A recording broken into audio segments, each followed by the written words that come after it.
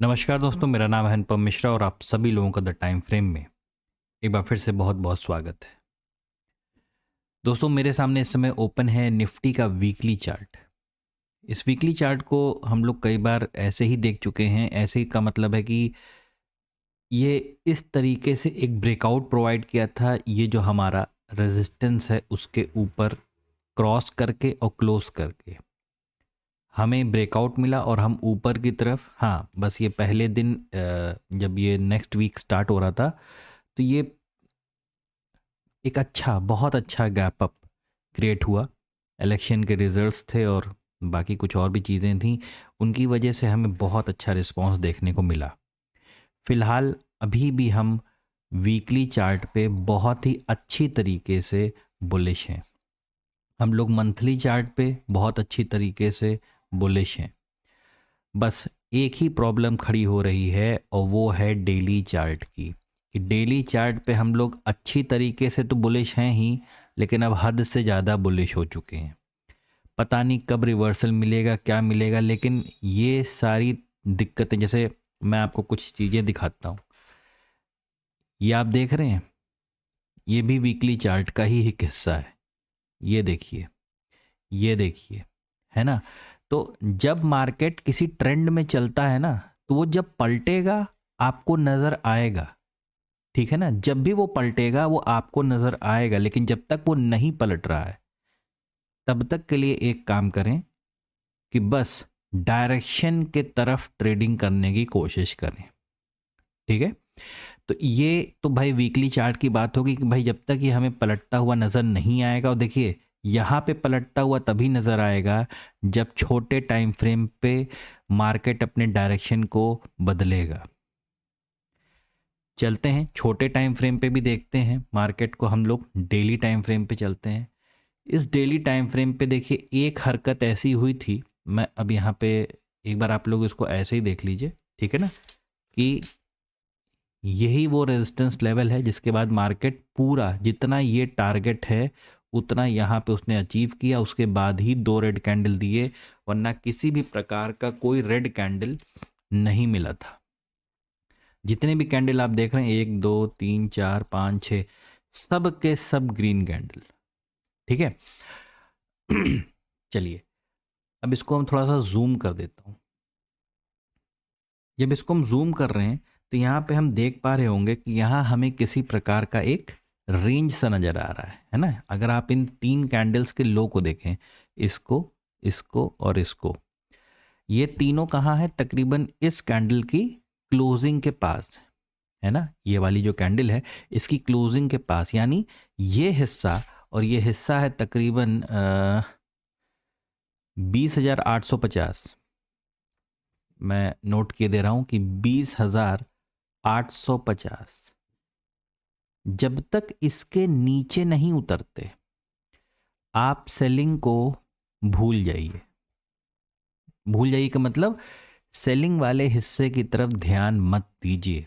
ऐसा नहीं है कि मौका नहीं मिलेगा, लेकिन जो सेफ ट्रेडर होते हैं, जो हमेशा मार्केट के डायरेक्शन को क्लियर होने के बाद ही ट्रेड में एंट्री करते हैं, उनके लिए बता रहा हूं कि आप 20,850 के नीचे हमें किसी प्रकार प्रकार का, मतलब मार्केट इसे क्रॉस करे नीचे की तरफ और क्लोजिंग भी दे, उसके बाद ही हम शॉर्ट की कुछ सोचेंगे। फिलहाल आगे देखते हैं। अब हम इस रेंज को कैसे डील करते हैं, देखिए 1 घंटे के चार्ट पे चलते हैं। ये देखिए, मैं इस 1 घंटे के चार्ट को थोड़ा सा जूम किए देता हूं और यहाँ पे एक ट्रेंड लाइन बनाने की कोशिश करता हूँ। ये देखिए, थोड़ा समझिएगा। ये आपको एक ट्रायंगल पैटर्न नज़र आ रहा होगा, ठीक है। देखिए ये तकरीबन वही लेवल है। ये देखिए 20,850-60, है ना। ये तकरीबन वही लेवल निकल के आ रहा है जिसके नीचे ही हमें सेलिंग की तरफ देखना है। इसके नीचे जब तक मार्केट नहीं उतर जाती तब तक सेलिंग को अवॉइड ही करेंगे, ठीक है, तब तक मार्केट अभी भी हमारे लिए किस प्रकार का बना रहेगा, बाय ऑन डिप्स का ही रहेगा। आपको किसी प्रकार की ट्रेंड लाइन का ब्रेकआउट, किसी प्रकार के पैटर्न का ब्रेकआउट, किसी प्रकार के दूसरे पैटर्न का ब्रेकआउट, है ना, ये जितनी भी चीज़ें आपको नज़र आ रही हैं, अगर ये दिखती हैं बुलिश फॉर्मेशन में तो आप ऊपर की तरफ फिलहाल अभी भी बने रहिए। और इस चीज़ को फिर याद दिला दूं कि जब तक 20,850 का लेवल नहीं क्रॉस करती मार्केट नीचे की तरफ एज अ क्लोजिंग, तब तक शॉर्ट को अवॉइड करिए। ठीक है, इसमें मुझे बताना क्या था ये भी देख लीजिए कि अगर हम इस हिस्से को, केवल इस हिस्से को एक पेनेंट की तरह, माफ कीजिएगा, एक पोल पेनेंट की तरह हम देखें इसे, तो ये देखिए हमें एक ब्रेकआउट मिला। देखिए इस समय नज़रिया अप साइड का है तो सारी बातें वहीं की हो रही हैं, क्योंकि नीचे की बातें मैंने लेवल बता दिया 20,850 के नीचे ही होगी, उसके ऊपर सारी बातें अप साइड की ही होगी, यानी लॉन्ग की होगी। ये एक रेंज क्रिएट होती है, ब्रेकआउट होता है, रीटेस्ट होता है, और अब यहां से बारी हो सकती है कि मार्केट किसी प्रकार से ऊपर की तरफ जाने लगे। ठीक है, तो मार्केट अगर इस हिस्से को, है ना, ये हमारा जो स्विंग है ना, ये इस हिस्से को अगर मार्केट क्रॉस करता है, शायद हम ऊपर की तरफ कोई अच्छा मूव भी देखें। ठीक है, दूसरी चीज मैं बताना चाहूंगा कि 21,000 की कॉल साइड पे, है ना, जो अभी करंट टाइम पे जो ओआई डेवलप होके बैठा हुआ है वो है तकरीबन 66 लाख लोग कॉल साइड पे ओआई क्रिएट किए हुए हैं, यानी उन्होंने कॉल बेच के रखा हुआ है। उनका ऐसा व्यू है, ऐसा मानना है कि हमें मार्केट यहाँ से नीचे की तरफ जाएगा, और ये 66 लाख का ओआई पुट साइड के ओआई से ज़्यादा है। ठीक है, लेकिन स्टूडेंट्स जानते हैं मेरे कि ऑप्शन चेन को सिर्फ सपोर्ट रेजिस्टेंस के तरीके से नहीं देखा जाता। अगर हम इस लेवल की बात करें दोस्तों, तो ये आपके सामने 21,000 का लेवल ही आ रहा है। ये देखिए, ये जो लेवल आपका है ना, जो मैंने जोन बनाया अभी, ये 21,000 का ही है।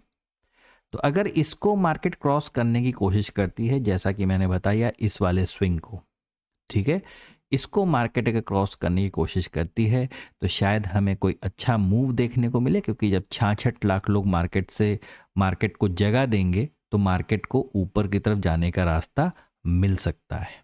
देखिए ये सब कुछ एक एनालिसिस का हिस्सा है, हम ऐसा सोच के चलना, क्योंकि अब लोगों का कि भाई इतना ऊपर आ चुकी, इतना ऊपर आ चुकी, नीचे भी तो आ सकती है ना। हाँ बिल्कुल आ सकती है, क्यों नहीं आ सकती, मार्केट है वो कुछ भी कर सकती है। लेकिन हम नीचे की तैयारी 20,850 के नीचे ही करेंगे।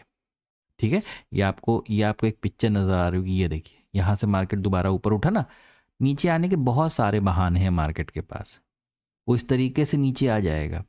ठीक है, लेकिन मैं हमेशा कहता हूं अपने स्टूडेंट्स को कि जब तक आपको अपनी आंखों से कोई चीज़ ना दिखने लगे, आप कुछ ना करें।